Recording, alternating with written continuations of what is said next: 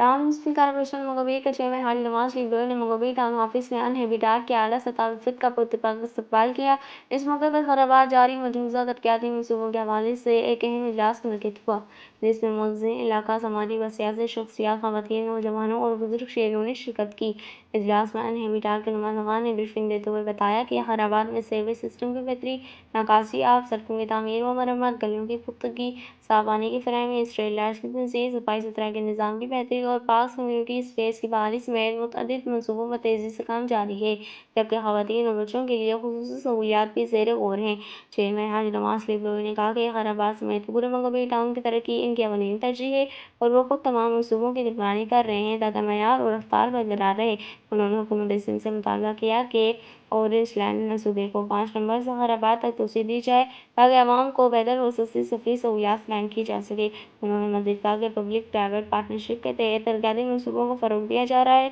और हर मंसूबे को शफ़ाफ़ियत, मेयार और बरवक्त तकमील के साथ मुकम्मल किया जाएगा। इजलास के इख्तिताम पर शुक्राना चेयरमैन हाजी नवाज लीगलोई और अनहेबिटाट की काविशों को सराहते हुए उम्मीद ज़ाहिर की कि इन इक़दामात से खैराबाद में तरक्की और खुशहाली आएगी।